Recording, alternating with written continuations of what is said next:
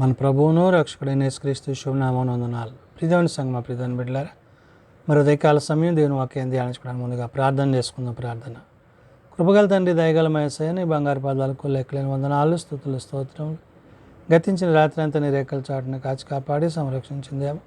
మరి ఉదయకాల సమయం సజీవ లెక్కను చేరి ప్రార్థించుండగా వాక్యమైన దేవుడు వాక్యం ద్వారా నాతో మాతో మాట్లాడి మీరే మహిమ ఘనత ప్రభావాలు పొందమని యేసునామమున నడుచున్నాం తండ్రి, ఆమేన్. ప్రియదేవుని సంగమ, ప్రియదేవుని బిడ్డల నిర్దముగా ఏర్పాటు చేయడం దేవుని వాక్య భాగము అపోస్తలులైన పౌలు గలతీయులకు రాసిన పత్రిక 4వ అధ్యాయము 17 నుంచి 21 వచనములు ఈ విధంగా రాయబడినవి. అపోస్తలులైన పౌలు గలతీయులకు రాసిన పత్రిక 4వ అధ్యాయము 17 నుంచి 21 వచనములు ఈ విధంగా రాయబడినవి. వారు మీ మేలు కోరి మిమ్మును ఆసక్తితో వెంటాడువారు కారు, మీరే తమను వెంటాడవలనని మిమ్మును బయటకి త్రోసివేయ గోరుచున్నారు. ప్రియదేవుని సంగమా, ప్రియదేవుని బిడ్డలారా, పౌలు గలతీ సంఘానికి పత్రిక రాస్తూ దేవుని యందు ఎటువంటి విశ్వాసమును మనం కలిగి ఉండాలో, అంటే విశ్వాసమునందు నమ్మకం కలిగి ఉండి వెనుదిరగక ప్రభువుని బట్టి, ప్రభు యొక్క మాటను బట్టి మనం జీవించవలసి ఉన్నదనే విషయాన్ని గుర్తు చేస్తున్నారు. కాబట్టి ఇక్కడ వారు మీ మేలు కోరి మిమ్మల్ని ఆసక్తితో వెంటాడువారు కారు అంటున్నాడు. అంటే ఏంటి? విశ్వాసము నుండి మిమ్మలను పక్కకు అనగా దారి మళ్లించే వారిగా, అపవాదులుగా, సాతాను సంబంధులుగా, చీకటి సంబంధులుగా ఉన్నారు.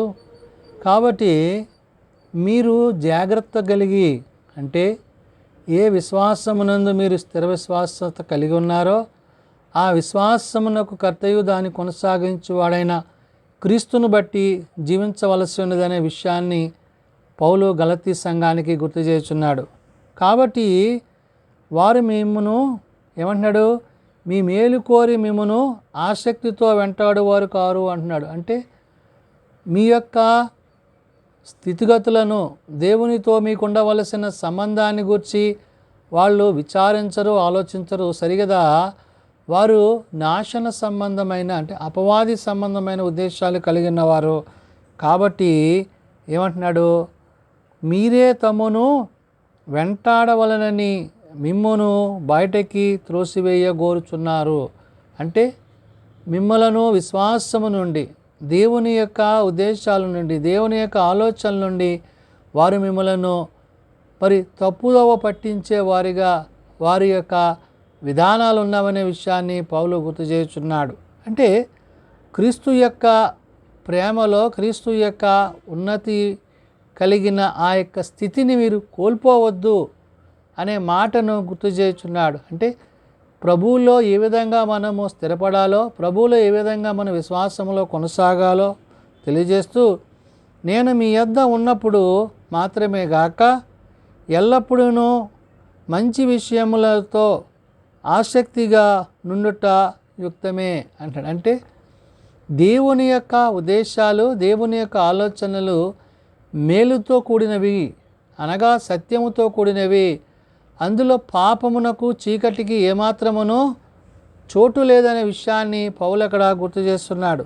కాబట్టి నేను మీ యొద్ద ఉన్నప్పుడు మాత్రమే గాక, అంటే ఏంటి? మీ దగ్గర ఉండటమే కాదు, మీ దగ్గర ఉన్నా లేకపోయినా మీ మేలు కొరకు, మీ మంచి కొరకు, మీరు విశ్వాసములో దేవునిలో బలపరచబడాలన్న ఉద్దేశముతోనే ఈ మాటలను, ఈ పత్రికను మీకు తెలియజేస్తున్నాననే విషయాన్ని పౌలు గుర్తు చేస్తున్నాడు. కాబట్టి ఏమంటున్నాడు? నేను మీ యొద్ద ఉన్నప్పుడు మాత్రమే గాక ఎల్లప్పుడూ మంచి విషయములలో ఆసక్తిగా నుండుట యుక్తమే అంటున్నాడు. అంటే మంచి విషయాలలో, అంటే దేవుని యొక్క చిత్తములో, దేవుని యొక్క ఉద్దేశములో మీరు ఎటువంటి పాత్ర కలిగిన వారుగా ఉంటున్నారు. అంటే దేవుని యొక్క ఉద్దేశాలతో, దేవుని యొక్క ఆలోచనల చేతనే తప్ప మరి ఇతర సంబంధమైన, భూ సంబంధమైన వాటి మీద మీరు మనస్సు కలిగి ఉండొద్దు. ఎందుకని? దేవుని చిత్తం ఏమైనదో, ప్రభు ఉద్దేశం ఏమైనదో దానిని, అందుకనే పౌలు మొదట్లో చెప్పాడు మనకి, ఆ కాలమందైతే మీరు దేవుని ఎరుగని వారై ఉండి నిజమునకు దేవుని కాని వాళ్ళకు దాసులై ఉంటురు కానీ అని మాటను మరి ఈ 4వ అధ్యాయం 8వ వచనంలో పౌలు అక్కడ గుర్తు చేశాడు. అంటే వెలుగు సంబంధులుగా, విశ్వాసులుగా, నమ్మకముగా మీరు ఉండాలి. కాబట్టి మీ యొక్క విశ్వాస్యతను, నమ్మికను మీరు కోల్పోకుండా దానిని స్థిరపరచుకొని కాపాడుకోవలసిన వారై ఉన్నారు. కాబట్టి ఇక్కడ ఏమంటున్నాడు? నా పిల్లలారా, క్రీస్తు స్వరూపము మీ యందు ఏర్పడు వరకు మీ విషయమై మరలా నాకు ప్రసవ వేదన కలుగుచున్నది అంటున్నాడు. అంటే ఒక తండ్రిగా తాను వారిని సంబోధిస్తూ మాట్లాడుతున్నాడు. అంటే బిడ్డల పట్ల తండ్రి ఎటువంటి ప్రేమ కలిగి ఉంటాడో ఆ విధమైన ప్రేమ కలిగిన విశ్వాసతను పౌలు అక్కడ గలతీ సంఘానికి గుర్తు చేశాడు. అందుకనే నా పిల్లలారా, క్రీస్తు స్వరూపము మీ యందు ఏర్పడి అంటున్నాడంటే క్రీస్తు స్వరూపం అంటే క్రీస్తు వలె మీరు జీవించాలి, క్రీస్తు వలె మీరు బ్రతకాలి, క్రీస్తు వలె ప్రేమ కలిగి, సత్యము కలిగి, నీతిని అనుసరించు వారై ఉండాలి. ఏమాత్రమును లోకమునకు పాపమునకు చోటియక దేవుని మాటల యందు మీరేమై ఉండాలంటున్నాడు. ఇక్కడ మీరు అంటున్నాడు, క్రీస్తు స్వరూపము మీ యందు ఏర్పడు వరకు మీ విషయమై మరలా నాకు ప్రసవ వేదన కలుగుచున్నది అంటాడు. అంటే ఏంటి? మీరు మరలా పాపంలో పడిపోతున్నారేమో, మీరు ఆ విధంగా పోక దేవుని యొక్క చిత్తానికి, దేవుని యొక్క ఉద్దేశానికి మీరు లోబడి విశ్వాసములో కొనసాగవలసి ఉన్నదనే విషయాన్ని పౌలు గలతీ సంఘానికి, విశ్వాసులకు గుర్తు చేస్తున్నాడు. అంత మాత్రమే కాదు, మిమ్మును గూర్చి ఎటు తోచక ఉన్నాను, నేనిప్పుడే మీ మధ్యకు వచ్చి మరి యొక్క విధముగా మీతో మాట్లాడగోరుచున్నాను అంటున్నాడు. అంటే ఏంటి? ఒకవేళ మీరు అపవాది యొక్క ఆలోచనల చేత ఎవరైతే మిమ్మల్ని మరణమునకును పాపమునకు మరి నడిపించువారై ఉన్నారో వారి విషయంలో మీరు జాగ్రత్త కలిగి ఉండండి అని ఏ విషయాన్నైతే పౌలు గుర్తు చేశాడో దాన్ని గూర్చి మాట్లాడుతున్నాడు. మిమ్మును గూర్చి ఎటు తోచక ఉన్నాను అంటున్నాడు. అంటే మిమ్మల్ని విడిచిపెట్టి వెళ్ళలేను, తిరిగి మీతో ఈ యొక్క అనుభవాన్ని అంటే ఏంటి? ప్రభు యొక్క ప్రేమను గూర్చి, ప్రభు యొక్క ఉద్దేశాలను గూర్చి వారికి తెలియచేయడానికి తాను రాబోతున్న విషయాన్ని ఈ పత్రిక ద్వారా పౌలు గుర్తు చేశాడు. కాబట్టి మిమ్మల్ని గూర్చి ఎటు తోచక ఉన్నానో నేను ఇప్పుడే మీ మధ్యకు వచ్చి మరి ఒక విధముగా మీతో మాట్లాడగోరుచున్నాను. అంటే మీ విశ్వాసములో మీరు కొనసాగాలి. ఏ విశ్వాసములో మీరు క్రీస్తులో కలిగి ఉన్నారో ఆ క్రీస్తునందు మీరు స్థిర విశ్వాసులై, స్థిరత్వాన్ని కలిగిన వారై, ప్రభువును బట్టి, పరిశుద్ధాత్మను బట్టి, తండ్రి యొక్క మాటల యందు జీవించవలసిన వారై ఉన్నారు అని చెప్తున్నాడు. అంత మాత్రమే కాదు, ధర్మశాస్త్రమునకు లోబడి ఉండ గోరువారలారా, మీరు ధర్మశాస్త్రము వినుటలేదా, నాతో చెప్పుడి అంటున్నాడు. అంటే మీరు దేవుని మాటల యందు నిలిచి ఉండాలి, ధర్మశాస్త్రాన్ని కూడా పాటించాలి అంటే ఏంటి? ధర్మశాస్త్రం ఏం చెప్తుంది? మంచి చెడులను గురించి తెలియజేసింది. కానీ ప్రభువు ఆ సత్యాన్ని అంటే ఏదైతే ధర్మశాస్త్రము చేయలేకపోయిందో దానిని యేసుక్రీస్తు ప్రభువారు జరిగించారు. కాబట్టి నీతి న్యాయములు జరిగించు క్రీస్తుని బట్టి, ఆ క్రీస్తు యొక్క మాటలను బట్టి నేడు మీకు అనుగ్రహింపబడిన ఏదైతే దేవుని యొక్క ఉద్దేశాలు తెలుపబడడానికి ముందుగా మీరు కట్టుబడి ఉండవలసిన ధర్మశాస్త్రం ఉందో దానిని గూర్చి పౌలు అంటున్నాడు. ఇక్కడ ధర్మశాస్త్రమునకు లోబడి ఉండ గోరువారలారా, మీరు ధర్మశాస్త్రము వినుటలేదా, నాతో చెప్పుడి అన్నాడు. అంటే ధర్మశాస్త్రానికి లోబడుతూ దేవుని యొక్క చిత్తానికి మీరు ఏమై ఉండాలా? బద్దులై ఉండాలి. కాబట్టి క్రీస్తు యొక్క ప్రేమకు నిదర్శనంగా మీరు ఉండాలి అంటే మీరు పరిపూర్ణత కలిగిన వారై, పరిశుద్ధత కలిగిన వారై, దేవుని యొక్క మాటల చేత, దేవుని ఉపదేశముల చేత పౌలు తెలియజేస్తున్నట్లుగా విశ్వాసమందు నమ్మకముగా ఉండి క్రీస్తు యొక్క సాక్షులై ఉండి అవిశ్వాసులు కాక విశ్వాసములో మీరేమవ్వాలంట? స్థిరత్వాన్ని కలిగి ఉండండి అంటున్నాడు. నిజమే, మనము ప్రభువునందు స్థిర విశ్వాసాన్ని కలిగి ఉంటే, ప్రభు యొక్క మాటలు మన యందు నిలిచి ఉంటే మనము దేవుని యొక్క బిడ్డలుగా, ఆయన కుమారులుగా, కుమార్తెలుగా తీర్చబడతాం. కాబట్టి ప్రభు యొక్క రాజ్య సువార్తలో ఆయన మనకు అనుగ్రహింపజేసిన ప్రతి విధమైన మేళ్లను తలపోసుకుంటూ ఆయన చిత్తము నెరిగి ఆయన చిత్తానుసారంగా జీవించువారమై ఉండాలని పౌలు ఆనాడు గలతీ సంఘానికి తెలియజేస్తూ నేడు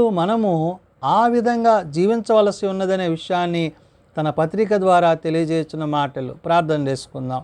మమ్మల్ని మిక్కిలిగా ప్రేమించిన మా తండ్రి, కృపగలిగిన దేవ, నిజమైన ఆయన, నీ యందు విశ్వాసము కలిగి నమ్మిక కలిగి నీ వాక్యము ఎడల, నీ వాక్యము యొక్క ఉద్దేశముల ఎడల మేము జీవించువారై ఉన్నట్లు మాకు నీ కృప దయచేయండి.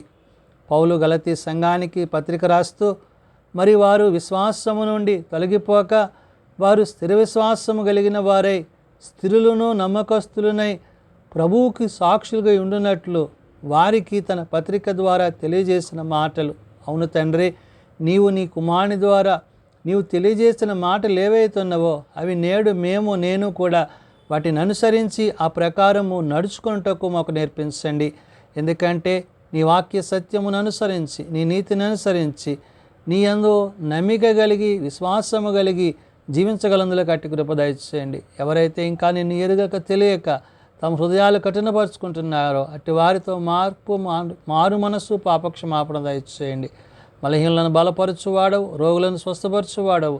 అయ్యా, మీ చేతి గాయముల చేత స్వస్థతను ఆరోగ్యమును దయచేయండి. చిన్న బిడ్డలు, యవనులు, పెద్దలు, వృద్ధులు ప్రతి వారిని వారి వారి తరగతుల చొప్పున ఆశీర్వదించి దీవించండి. ప్రభువా, నేడిదిన పరిచర్యలో సేవలో మీ సన్నిధి మాపై ఉంచండి. ప్రభువా, తమ ప్రియులను పోగొట్టుకున్న కుటుంబాలను ఆదరించేవాడో, కృప చూపువాడో, ఏర్పాటు చేయబడిన ఆయా కుడికలను బట్టి ఆయా కుటుంబాలను మీరు ఆదరించి ధైర్యపరచమని నాయన, జరగబోతున్న యొక్క పరిచర్య అంతట్లో ప్రభు, నీ సేవ అంతట్లో ప్రభు, మేము నమ్మకస్తులుగా నీ యందు నమ్మిక కలిగిన నీ బిడ్డలుగా మేము ఉండినట్లు మాకు నీ కృప దయచేయమని, దీని పరిచర్యలో సేవలో మీరు మమ్మల్ని నడిపించమని, మహిమ ఘనత ప్రభావాలు మీరే పొందుకొనమని యేసు ఉన్నత నామమున ప్రార్థించి వేడుకొనుచున్నాం తండ్రి. ఆమెన్. పరలోకమందున మా తండ్రి, నీ నామం పరిశుద్ధపరచబడుగాక, నీ రాజ్యం వచ్చుగాక, నీ చిత్తం పరలోకమందు నెరవేర్చున్నట్లు భూమి మీద నెరవేరుగాక. మా అనుదినాహనేడు మాకు దయచేయము. మళ్ళీ అపరాధం చేసిన వారిని మేము క్షమించి ఉన్న ప్రకారం అపరాధములను క్షమించము. శోధనలో తేకాదశులను తప్పించము. రాజ్యము, శక్తి, మహిమ నిరంతరము నీవేనవు తండ్రి. ఆమెన్. మన పరమ తండ్రి అయిన దేవుని ప్రేమ, ప్రభు అయిన యేసుక్రీస్తు కృప, పరిశుద్ధాత్మ నిత్య సహాయము నిరంతరము సదా తోడయండి సంరక్షించునుగాక. ఆమెన్.